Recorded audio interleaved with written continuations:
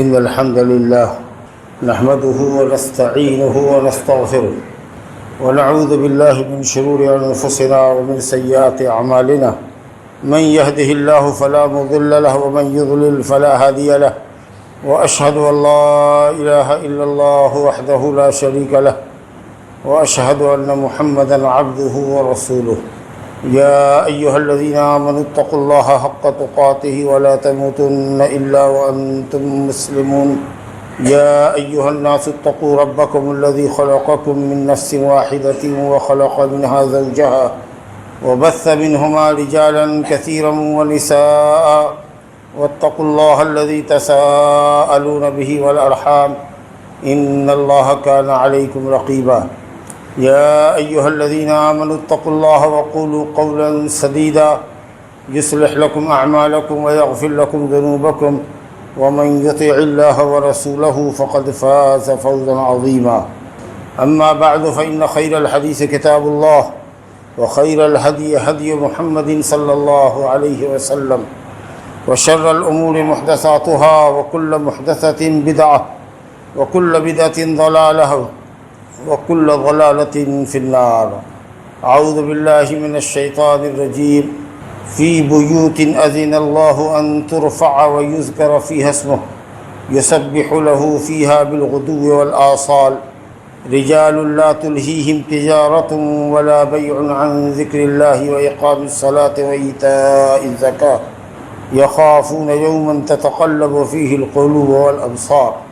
بزرگوں اور دوستو، روئے زمین پر سب سے پاکیزہ، برتر اور افضل مقام مسجد ہے، اور سب سے بری جگہ بازار ہے، کیونکہ مسجد اللہ کے ذکر، ادائیگی نماز، تلاوت قرآن اور واعظ و بیان کے لیے بنائی جاتی ہے، جبکہ بازار شور شرابے، ڈنڈی مارنے، جھوٹ بولنے، بے ایمانی کرنے اور گالی گلوچ کرنے کا اڈہ ہے۔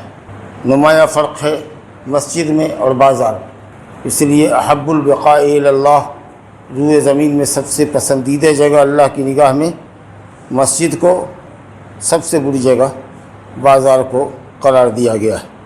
اب اس کا یہ مطلب بھی نہیں ہے کہ بازار اگر بہت بری جگہ ہے تو آدمی اپنی ضرورت کے لیے نہ جائے۔ نبی صلی اللہ علیہ وسلم بھی بازار جایا کرتے تھے۔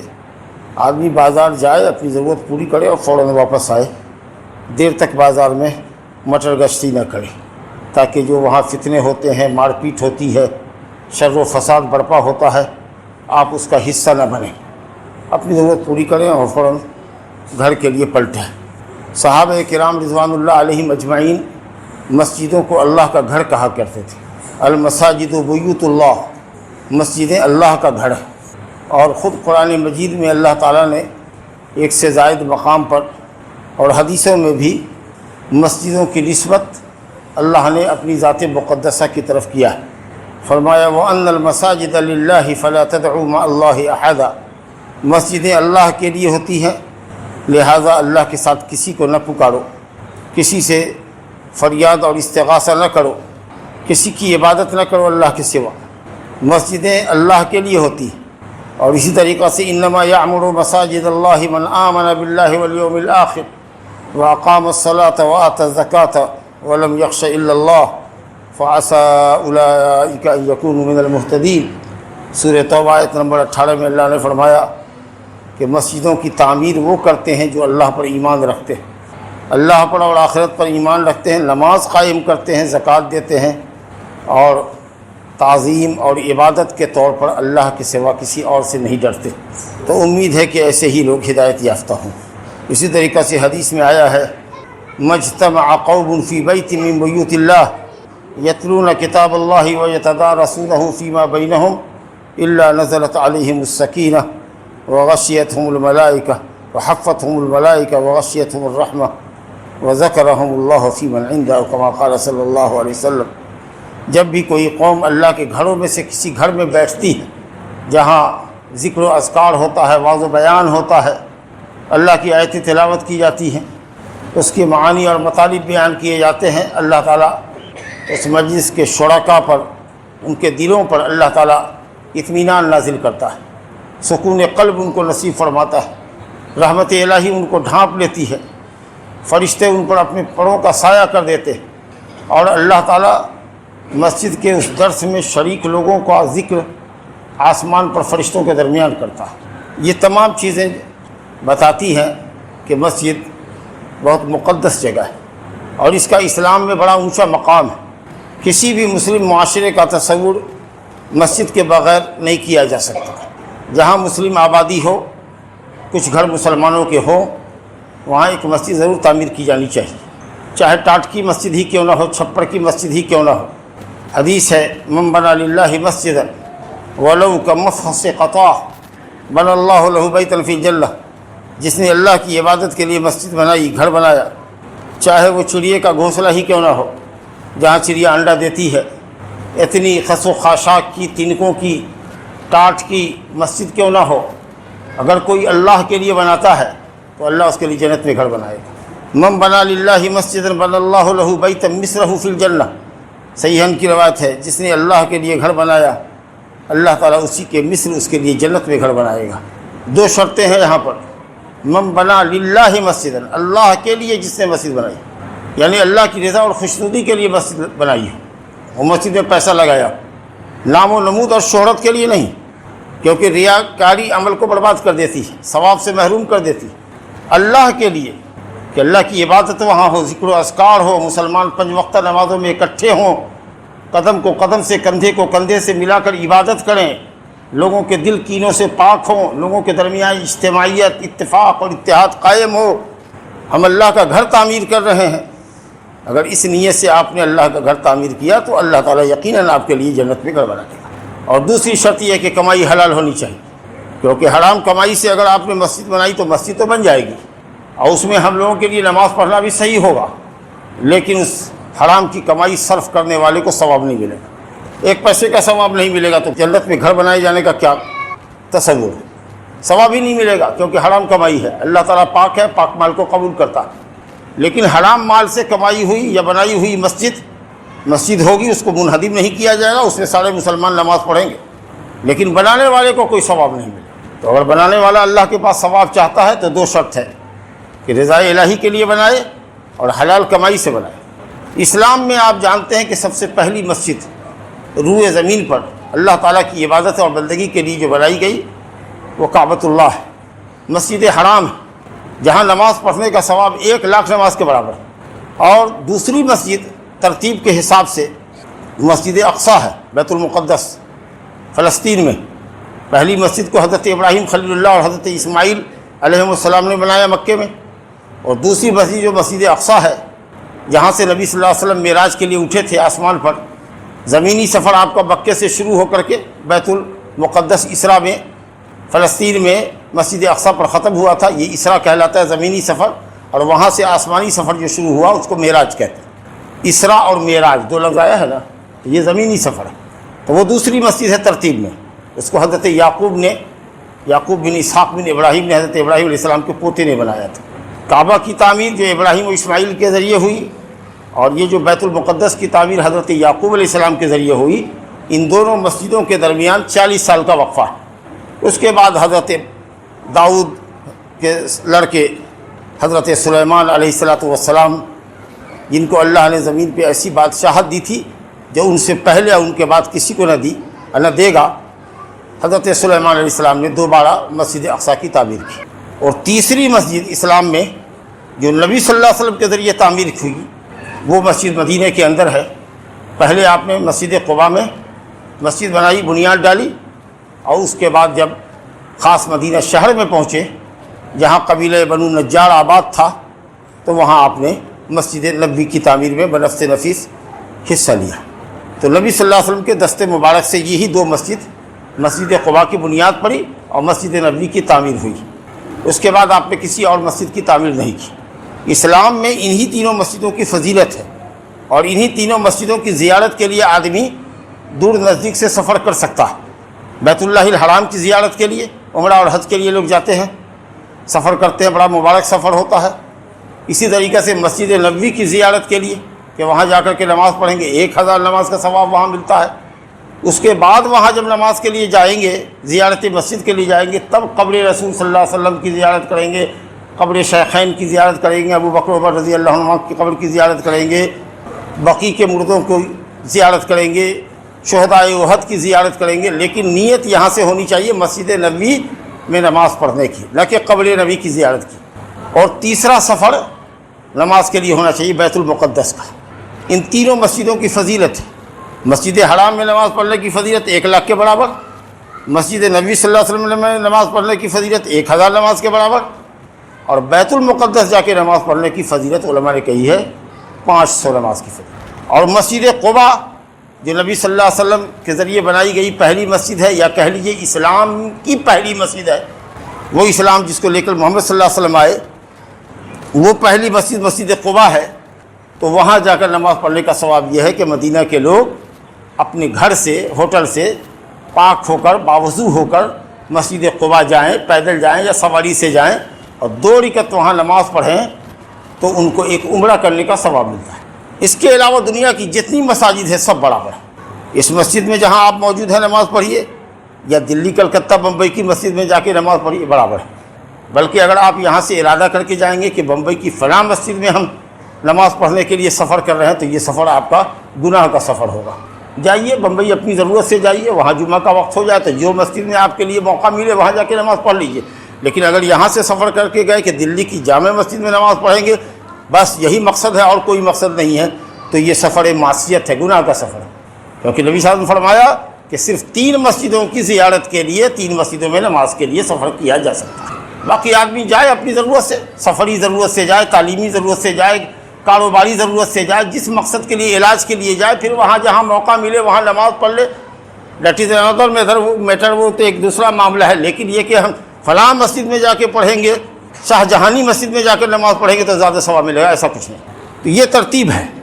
جب ہجرت کر کے محمد صلی اللہ علیہ وسلم مدینہ آئے تو سب سے پہلے آپ مسجد عمر بن عوف، قبیلہ بنو عمر بن عوف کے اندر آپ ٹھہرے، جو قباء کہلاتا ہے، جو مسجد نبوی سے 3 میل، تقریباً 3 میل کچھ کم یا زیادہ پر واقع ہے۔ 4 دن آپ وہاں ٹھہرے، صحیح قول کے مطابق سوموار کو پہنچے تھے مدینہ۔ یہ سوموار کا دن بھی عجیب ہے نبی صلی اللہ علیہ وسلم کی زندگی میں۔ سوموار کے دن آپ پیدا ہوئے، یہ متفق علیہ ہے۔ تاریخ کون سی تھی؟ 8 ربیع الاول کی 9 ربیع الاول کی 12 ربیع الاول، جو کل گزرا ہے۔ طوفان بدتمیزی تماشا دیکھا ہے آپ نے، ایک فرقے کی طرف سے، قبر پرستوں کی طرف سے، لیکن دن سوموار کا تھا یہ یقینی ہے۔ تو سوموار کے دن آپ پیدا ہوئے، اور سوموار کے دن ہی اللہ تعالیٰ نے آپ پر وحی نازل فرمائی، آپ کو نبی بنایا۔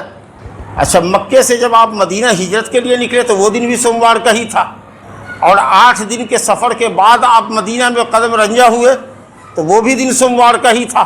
قباء میں پہنچے ہیں سوموار کے دن، اور 4 دن ٹھہرے ہیں، سوموار، منگل، بدھ، جمعرات، 4 دن ہو گیا۔ وہاں ٹھہر کر کے مسجد کی بنیاد ڈالی، نماز لوگوں کو پڑھائی، اور وہاں سے چلے جمعہ کے دن۔ تو جب وہاں سے چلے تو قباء اور جہاں ابھی مسجد نبوی آباد ہے، اس کے درمیان میں ایک وادی تھی، اس وادی میں بنو سالم کا قبیلہ آباد تھا۔ اسی فیلڈ میں، میدان میں آپ نے جمعہ کی نماز پڑھی، وہ آپ کا پہلا جمعہ تھا۔ اور جمعہ کی نماز کے بعد تب آپ مدینہ میں تشریف لے گئے۔ ہر کوئی کہتا تھا کہ آپ میرے یہاں ٹھہریں، آپ میرے یہاں ٹھہریں، آپ کی اونٹنی کی لگام پکڑ رہے تھے لوگ، لیکن آپ فرماتے تھے کہ اونٹنی کو چھوڑ دو، اس کو اللہ کی طرف سے حکم مل چکا ہے، یہ کہاں بیٹھے گی، یہ اپنی مرضی سے بیٹھے گی، چھوڑ دو۔ جا کر کے وہ ایک باغیچے کے سامنے، کھجور کے باغ کے سامنے، حضرت ابو ایوب انصاری کے گھر کے سامنے وہ اونٹنی بیٹھی، پھر اس کے بعد اٹھی، چند قدم چلی، پھر لوٹ کے آ کے وہیں پر بیٹھی، اور کچھ اس طریقہ کی آواز اس نے نکالا جس سے اونٹ کا سوار یہ سمجھتا ہے کہ اونٹنی یہ کہہ رہی ہے کہ اب اتریے، اب میں یہاں سے آگے نہیں جاؤں گی۔ تو آپ وہیں تشریف رکھتے تھے، وہیں اترے آپ، اور فوراً آپ کی نگاہ پڑی اس باغ پر، جو کھجور کا باغ تھا، جس میں کچھ مشرکین کی قبریں تھیں، کچھ ویرانہ تھا، کچھ گڑھے تھے، کچھ کھجور کے بیچ بیچ میں پیڑ تھے۔ تو آپ نے کہا کہ یہ باغ کس کا ہے؟ تو قبیلہ بنو نجار نے کہا کہ ہماری ہی 2 یتیم بچوں کا ہے۔ تو کہا کہ ہم اس میں مسجد بنائیں گے، اس کو بیچو۔ تو ان لوگوں نے کہا کہ نہیں، قیمت ہم نہیں لیں گے آپ سے، قیمت اللہ سے لیں گے، یعنی ہم وقف فی سبیل اللہ کر رہے ہیں۔ مگر آپ نے ضد کیا کہ نہیں، کچھ لو، یتیم بچے ہیں، کچھ لے لو۔ زور زبردستی سے آپ نے کچھ یوں ہی سی رقم تھما دی، اور وہاں پر مسجد کی تعمیر کا کام شروع ہوا۔ جتنی مشرکین کی قبریں تھیں سب اکھیڑ دی گئی اور ان کی ہڈیوں کو ایک طرف ہٹا کر کے گڑھا کھود کر کے ڈال دیا گیا، اور جتنے گڑھے تھے اس میں سب کو برابر کر دیا گیا۔ بیچ بیچ میں جو کھجور کے پیڑ تھے ان کو کاٹ دیا گیا، اور جو پیڑ مسجد کی تعمیر میں حارج نہیں ہو رہے تھے، حائل نہیں ہو رہے تھے، قبلے کی سمت میں تھے، ان کو کہا گیا کہ پھلدار پیڑ ہے، رہنے دو۔ اور مسجد کی تعمیر شروع ہوئی۔ نبی صلی اللہ علیہ وسلم بنت سے نفیس اس میں شریک ہوئے، پتھر اٹھاتے تھے۔ صحابہ کہتے تھے کہ نبی کام کریں اور ہم بیٹھے رہیں، اس سے بڑی گمراہی کیا ہوگی ہمارے لیے؟ اور آپ ان کا حوصلہ بڑھاتے رہے۔ اللہم لا عیش الا عیش الآخرہ فاغفر للانصار والمہاجرہ۔ اللہ زندگی تو اصل میں آخرت کی زندگی، آسائش اور آرام تو اصل آخرت کا ہے، دنیا تو چند دن کی۔ اللہ انصار اور مہاجرین کی مغفرت فرما جو تیرا گھر تعمیر کر رہے۔ یہ دعا دے رہے ہیں کس کو؟ مسجد تعمیر کرنے والوں کو۔ بڑی فضیلت ہے مسجد کی تعمیر کی۔ نبی کریم صلی اللہ علیہ وسلم نے فرمایا کہ جس نے اللہ کے لیے گھر بنایا اللہ اس کے لیے جنت میں گھر بنائے۔ قرآن کہتا ہے فی بیوت اذن اللہ ان ترفع، ایمان کی روشنی ان گھروں میں ملتی ہے جن گھروں کو اللہ نے بلند کرنے کا، اٹھانے کا حکم دیا ہے، تعمیر کرنے کا حکم دیا ہے۔ یعنی مسجد یہ اسلام کا پاور ہاؤس ہے، اس کو اٹھاؤ، اس کی تعمیر کرو۔ تعمیر دو طرح سے ہوتی ہے، مسجد کی تعمیر دو طرح سے ہوتی ہے۔ ایک تو یہ مکان کی شکل میں، اب چاہے کوئی ٹاٹ کی مسجد بناوے یا کوئی اینٹے گاڑے کی بناوے یا کوئی سونے چاندی کی بنائے، کوئی سنگ مرمر لگائے یا کوئی ایسے ہی پلاسٹر کرے یا زمین کچی رکھے، اپنی اپنی صلاحیت کے مطابق جو عمارت بنتی ہے وہ یہ مسجد کی ظاہری تعمیر ہے جو آپ نے مسجد بنا دی۔ اب اس کی اصل تعمیر جو ہے وہ اس کی آبادی ہے کہ مسجد نمازیوں سے آباد رہے، ہر وقت کوئی نہ کوئی اللہ کا بندہ ذکر و تلاوت میں یہاں مشغول ہو، دروازہ کھلا ہوا رہے۔ ایسا نہیں شہر کے طریقہ سے کہ صاحب بند کر دیا اور پھر نماز کے وقت میں کھول دیا۔ کوئی بھی شخص آوے اور 2 رکعت 4 رکعت نماز پڑھے، قرآن کی تلاوت کرے، دینی کتب ہوں یہاں رکھی ہوئی، ان کتابوں کا مطالعہ کرے۔ مسجد کو اللہ کے ذکر سے، تلاوت سے، واعظ و بیان سے آباد رکھنا، یہ اصل مسجد کی تعمیر ہے۔ اللہ فرماتا ہے کہ ان گھروں کو اٹھاؤ جن گھروں کو اللہ نے اٹھانے کا حکم دیا ہے، اس میں صبح و شام اللہ کا ذکر کرو، رات دن اللہ کا ذکر کرو۔ وہاں مسجدوں کو آباد کرنے والے جو لوگ ہوتے ہیں وہ بڑے بلند لوگ ہوتے ہیں، اللہ کی نگاہ میں بڑے بلند پایہ لوگ ہوتے ہیں، جن کو ان کی تجارت اور خرید و فروخت، کاروبار زندگی اللہ کے ذکر سے اور نماز سے غافل نہیں کرتی۔ دیکھ لیجیے، جو لوگ اللہ کی نگاہ میں بلند لوگ ہیں، بلند پایہ لوگ ہیں، صاحب حیثیت اور صاحب عزت لوگ ہیں اللہ کی نگاہ میں، ان کی صفت یہ ہے کہ کاروبار میں ہے، دکان میں ہے، کھیت میں ہے، کھلیان میں ہے، تعلیم گاہ میں ہے، کہیں بھی ہے، مسجد میں اذان ہوئی اور سب کام انہوں نے چھوڑا، کاروبار چھوڑا اور سیدھے مسجد کی طرف آئے۔ ان کی تجارت اور کاروبار، خرید و فروخت ان کو اللہ کے ذکر سے اور نماز قائم کرنے سے غافل نہیں کرتی۔ اذان کے بعد اب کام صرف نماز پڑھنا ہے پہلا، اس کے بعد دوسرا کوئی کام کریں گے۔ کیوں؟ اس لیے کہ یہ لوگ، ان کی نگاہ آخرت پر ہے، قیامت کی ہولناکی کو یاد کر کے اللہ کی عبادت کرتے ہیں۔ جس دن لوگوں کی آنکھیں پتھرائی ہوئی ہوں گی، مارے خوف کے لوگوں کا سینہ حلق پر آیا ہوا ہوگا، اس دن کو یاد کر کے اللہ کے گھر کو آباد کرتے ہیں، عبادتوں سے غفلت نہیں برتتے۔ تو مسجد کی یہ جو اصل تعمیر ہے، ذکر و عبادت اور نماز کی ادائیگی، اس کو کرنے والے اللہ کے نزدیک بلند پایہ لوگ ہیں۔ اور اسی طریقہ سے مسجد کی تعمیر کرنے والے، ظاہری تعمیر کرنے والے کو بھی یہ آیت شامل ہے کہ جو لوگ اللہ کا گھر اٹھاتے ہیں، ظاہری تعمیر بھی شامل ہے، اور وہ جو حقیقی تعمیر بتائیے آپ کو کہ ذکر و عبادت سے مسجد آباد رہے، یہ اصل تعمیر ہے۔ 2 منزلہ مسجد بنا دیجئے لیکن نمازی چند ہو، 2-4 ہی ہوں، اور مسجد گرد و غبار سے اٹی ہو، مکروں نے جالا تن دیا ہو، جہاں جس دیوار کو چھوئیے، جس کھڑکی پر جائیے گرد لگ جائے ہاتھ میں، مصلی اٹھا کر کے دیکھیے تو لگے کہ گرد کی تہ جمی ہوئی ہے۔ لوگ آتے ہیں مصلی پر بیٹھتے ہیں، اس کی جھاڑو سے صفائی نہیں، کبھی نہیں، اس کو دھوپ میں سکھا کے جھاڑنا نہیں، اس کو سونگیے تو بدبو آ رہی ہے اس سے، اور نمازیوں سے مسجد خالی ہے۔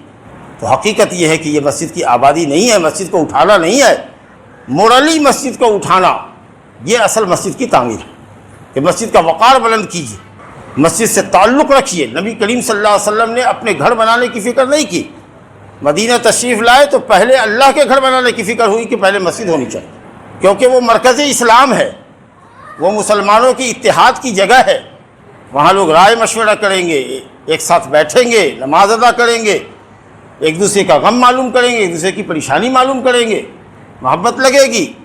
تو آپ کو اپنے گھر کی فکر سے پہلے اللہ کے گھر کی تعمیر کی فکر ہوئی۔ اس سے آپ سمجھ سکتے ہیں کہ مسلم معاشرے میں مسجد کا کتنا بڑا مقام ہے۔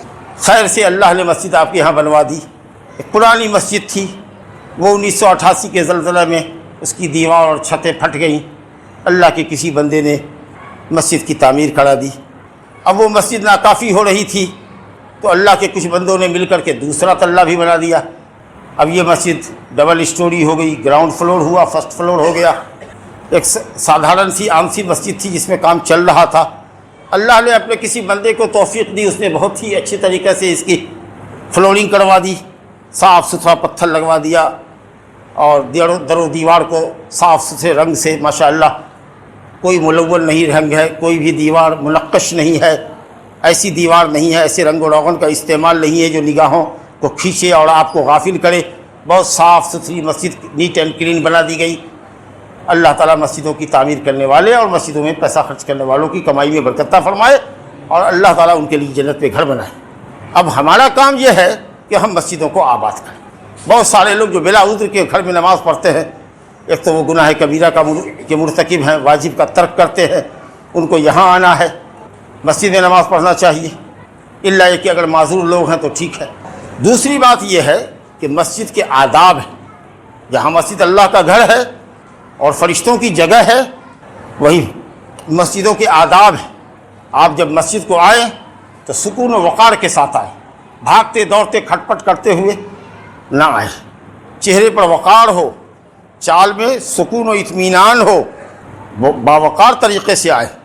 اور اگر گھر سے باوضو آتے ہیں تو اور کیا کہنا، الحمدللہ ہر قدم پر ایک نیکی، اور ایک درجہ بلند ہوتا ہے۔ جب پاؤں آپ کا اٹھتا ہے تو ایک درجہ بلند ہوا، ایک نیکی بڑھی، اور ایک قدم جب زمین پہ گرتا ہے تو ایک گناہ معاف ہوتا ہے۔ اب آپ سمجھیے جو جتنی دوری سے آ رہا ہے وہ اتنا ثواب لے کے جائے گا۔ اچھا، صرف آنا ہی یہ ثواب نہیں ہے، جانا بھی ثواب ہے، بالکل وہی ثواب جانے میں بھی ملے گا۔ ایک صحابی کا گھر دور تھا، وہ چاہتے تھے کہ مسجد کے قریب آ جائے، تو نبی صلی اللہ علیہ وسلم نے اس بات کو ناپسند کیا، چاہا کہ اس کا گھر دور ہی رہے تو بہتر ہے۔ تو اس نے کہا یا رسول اللہ، جس طرح آنے میں ہر قدم پر ثواب اور ہر قدم زمین پہ پڑنے پر گناہ معاف ہوتا ہے، اگر جانے میں بھی یہ ثواب اللہ دیتا ہو تو ہم اپنا گھر وہیں رکھیں۔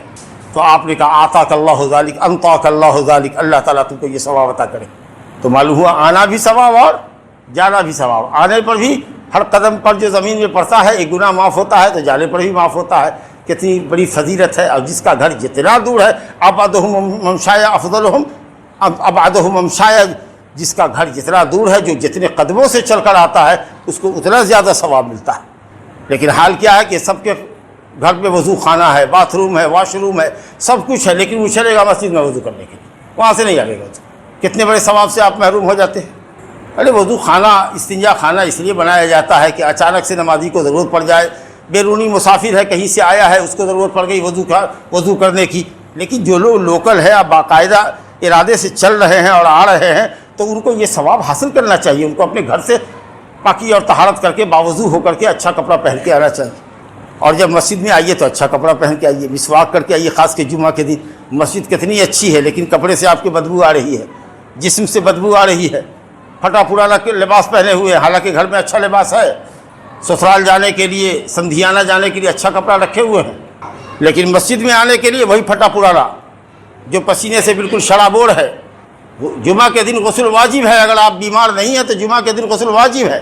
اچھا سے غسل کیجئے، صابن شیمپو لگا کے غسل کیجئے، پورے بدن کو دھوئیے، ایسے غسل کیجئے جیسے کوئی جنابت کا غسل کرتا ہے۔ اللہ اکبر۔ خوشبو مل کے آئیے، مسواک وغیرہ رگڑ کے آئیے، برش کر کے آئیے مسجد کے اندر، ذرا برابر بھی بدبو نہیں ہونی چاہیے۔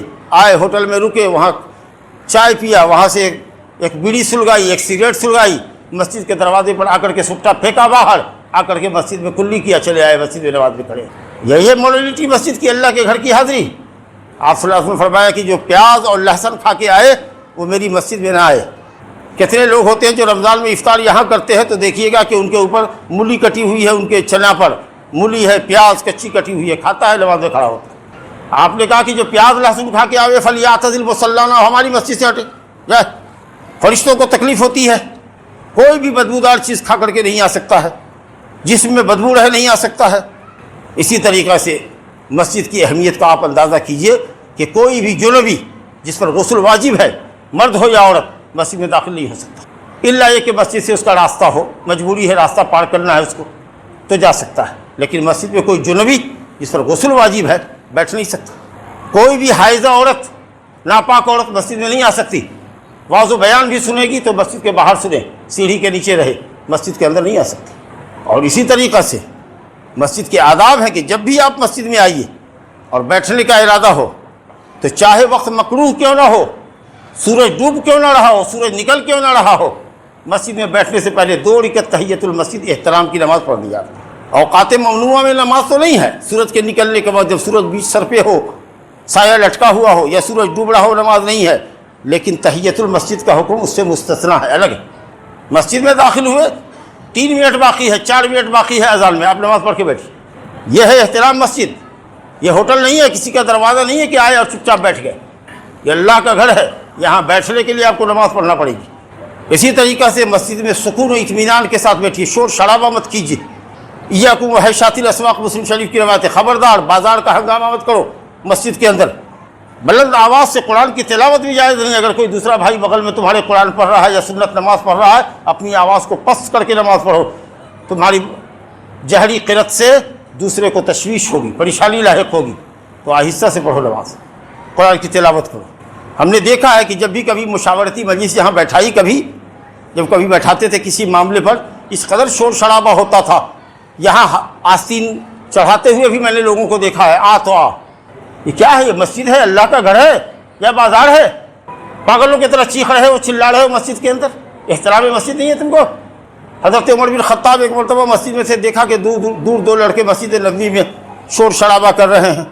حضرت صائب بن یزید کہتے ہیں کہ انہوں نے مجھ کو کنکڑی سے نشانہ کیا، نشانہ لگایا مجھے میرا، اور میں جب متوجہ ہوا تو دیکھا امیر المومنین ہے۔ کہا اس دونوں لڑکے کو بولا کھلا، جب بولا کھلائے، کہا کہ من این انتما، کہاں کے ہو تم دونوں؟ تو اس نے کہا کہ من اہل طائف، طائف کا رہنے والا۔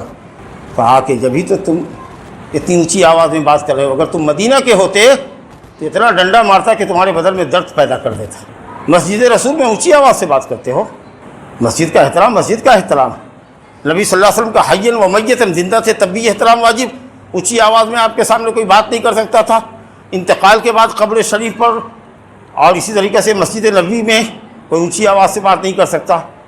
ہماری مسجدوں کے اندر بھی نبی صلی اللہ علیہ وسلم نے مطلق فرمایا، ایاکم وحیشات الاسواق، خبردار مسجدوں کو شور شرابے کی جگہ نہ بناؤ، آواز پست رکھو، مشورہ کرو تو ادب سے کرو کہ کہاں بیٹھے ہوئے ہو، معاملہ خراب ہونے والا ہے، گفتگو کو بند کرو، چلو باہر چل کے بات کرتے ہیں۔ اور آپ نے یہ بھی فرمایا کہ لوگوں، ہر محلے میں، حضرت عائشہ رضی اللہ عنہ کی روایت ہے کہ ہر محلے میں چھوٹی چھوٹی مسجد بناؤ تاکہ وقتی نماز وہاں پڑھ سکو۔ اب ہر شخص، بوڑھا آدمی، کمزور آدمی، جاڑے میں، برسات میں یہاں نہیں آ سکتا، تو چلو محلے کے اندر چھوٹی چھوٹی مسجد وقتی نماز کے لیے، پنجگانہ نماز کے لیے بنا لو۔ ماشاءاللہ جمعہ کے لیے ایک بڑی مسجد ہے، گو کہ مسجد 3 بن چکی ہے گاؤں میں پہلے سے، 2 بن اس کے علاوہ، اور ایک اور بن رہی ہے مدرسہ محلے میں، لیکن اس کے باوجود بھی الحمدللہ ثم الحمدللہ اجتماعیت قائم ہے بستی کی کہ جمعہ کی نماز یہاں پڑھ رہا ہے۔ بہت نازک وقت بھی آئے ہیں، میں اشارہ کر رہا ہوں، بہت نازک وقت بھی آئے ہیں جہاں مجھ سے مطالبہ ہوا کہ آپ مسجد میں جمعہ قائم کیجئے، لیکن ہم نے کہا کہ نہیں۔ مسجد نبوی صلی اللہ علیہ وسلم میں 9 مساجد کے لوگ آ کے نماز پڑھتے تھے نبی صلی اللہ علیہ وسلم کے پیچھے، وقتی نمازیں 9 مسجدوں میں ہوتی تھی، لیکن جمعہ کے دن صرف مسجد نبوی میں جمعہ ہوتی تھی۔ تکلیف ہی سے صحیح جائیے، اگر راستہ بہت خراب ہے، کیچڑ میں سن کے آپ کو جانا ہے، بارش ہو رہی ہے، واجب نہیں ہے جمعہ کے دن آپ کو جانا، جا کے گھر میں ظہر پڑھ لیجئے، لیکن للہ دوسری مسجد میں جمعہ قائم مت کیجیے، اجتماعیت باقی رکھیے۔ اگر بارش ہو رہی ہے، کیچڑ ہے، آپ کے راستے میں پانی ہے، آپ نہیں آ سکتے ہیں، آپ مت آئیے، گھر میں ظہر پڑھ لیجیے، جمعہ واجب نہیں ہے۔ بارش ہو رہی ہے، بھیگنے کا ڈر ہے، بچاؤ نہیں ہے، راستے میں کیچڑ ہے، جماعت سے نماز آپ پر واجب نہیں، اپنے گھر میں نماز پڑھ لیجیے۔ جو آ سکتا ہے، امام مسجد موجود ہے، وہ خطبہ دے گا، جو موجود ہے اس کو نماز پڑھائے گا، خطبہ دے گا۔ آپ اگر معذور ہیں، آپ اپنے گھر میں ظہر پڑھ لیجیے۔ بہرحال آپ نے کہا ہر محلے میں مسجد بناؤ گویا وقتی نمازوں کے لیے۔ امر نبی صلی اللہ علیہ وسلم ببناء المساجد فی الدور وان تطیب وتزکا یا تطہر، مسجدوں کو صاف رکھو اور مسجدوں کو خوشبو معطر رکھو، بہت اچھی مسجد بن گئی ہے، لیکن اگر اس کو چھوڑ دیا جائے، ہفتہ 10 دن 20 دن 1 مہینہ اگر اس میں صفائی ستھرائی کا اہتمام نہ ہو، اس میں جھاڑو نہ پڑے، اس میں پوچھا نہ پڑے، اس کی کھڑکی دیوار کیواڑ کپڑا اس پر نہ مارا جائے، کیا حال ہوگا اس مسجد کا؟ گرد و غبار سے ہٹ جائے گی مسجد۔ ایک تو یہ اللہ کا گھر ہے، سب سے زیادہ یہی گھر لائق ہے کہ اس کو صاف ستھرا رکھا جائے۔ ہم میں کہ کتنے کے لوگ ہیں، جائیے تو ایک دم ماشاءاللہ ایک دم چکنا گھر ہوتا ہے، صاف ستھرا گھر ہوتا ہے، لگتا ہے کیا صفائی کی ہے، ہر روز جھاڑو پڑتا ہے، ہر روز پوچھا پڑتا ہے، ہر روز کیواڑ کھڑکی کی صفائی ہوتی ہے، گرد کی جھڑائی ہوتی ہے۔ لیکن اگر نہیں ہوتی ہے تو اللہ کے گھر کی نہیں، صرف اوپر اوپر بہار دے گا، مصلی کو نہیں سمیٹے گا۔ مصلی کو جھاڑ کے سمیٹ کے رکھو، اٹھا کر کے جھاڑو، روز جھاڑو، نہیں تو الٹرنیٹ ڈے جھاڑو، سیڑھیوں پر جھاڑو، اور جہاں ریک کے اوپر چپل رکھے جاتے ہیں اس کو بھی 1 آدھ دن ہفتے میں 2 دن جھاڑو، خاص کے جمعہ کے دن ساری طرف سے لوگ آ کر کے وہاں چپل رکھے ہوئے ہیں، گرد ہے، اس کو جھاڑو۔ ظاہر ہے کہ اس کام کے لیے اگر کوئی آدمی فری نہیں ہے تو مسجد کی انتظامیہ کو چاہیے کہ اس کام کے لیے آدمی رکھے، کیونکہ نبی صلی اللہ علیہ وسلم نے حکم فرمایا ہے مسجد کی خدمت کوئی گدگی کام نہیں ہے۔ حضرت مریم کی ماں نے نظر مانی تھی کہ میرے پیٹ میں جو بچہ ہے، یا اللہ اگر یہ لڑکا پیدا ہوا یا جو بھی کہا ہے معافی بطنی جو بھی میرے پیٹ میں ہے، ارادہ تھا کہ بیٹا پیدا ہوگا تو مسجد کی خدمت کے لیے وقف کر دے گی۔ لیکن حضرت مریم کی پیدائش ہوئی تو انہوں نے اظہار تعجب کہا کہ یا اللہ میں نے ایسی نظر مانی تھی، ارادہ میرا یہ تھا کہ بیٹا ہوگا تو مسجد کی خدمت کرے گا، میں نے تو بچی جن دی۔ اللہ تعالیٰ خوب جانتا ہے کہ تم نے کیا جنا ہے، اور خدمت کرنے میں بیٹی سے زیادہ بیٹا نہیں ہو سکتا۔ آج بھی صفائی ستھرائی کا کام جو عورتیں کر سکتی ہیں وہ مرد حضرات نہیں کر سکتے۔ اب مسجد نبی صلی اللہ علیہ وسلم کے اندر بھی ایک سیاہ فام عورت تھی جو مسجد کے اندر جھاڑو اور صفائی کا کام کیا کرتی تھی۔ اتفاق سے ایک دن وہ رات میں مر گئی، لوگوں نے اس کے معاملے کو حقیر سمجھا کہ تو جھاڑو ہی دینے والی تو ہے، کالی تو لڑکی عورت ہے، اس کے لیے کیا نبی صلی اللہ علیہ وسلم کو خبر کرے کہ عورت مر گئی ہے، چلیے جنازے میں۔ لوگوں نے جنازہ پڑھ دیا، جب آپ نے اس کو نہیں دیکھا دوسرے دن صفائی ستھرائی میں تو کہا بھائی وہ عورت کہاں گئی جو مسجد میں جھاڑو دیتی تھی؟ کہا یا اللہ تو مر گئی۔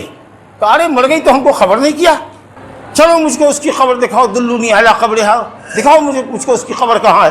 اور آپ تشریف لے گئے کئی صحابہ کے ساتھ اور آپ نے اس کی قبر پر جنازہ پڑھا۔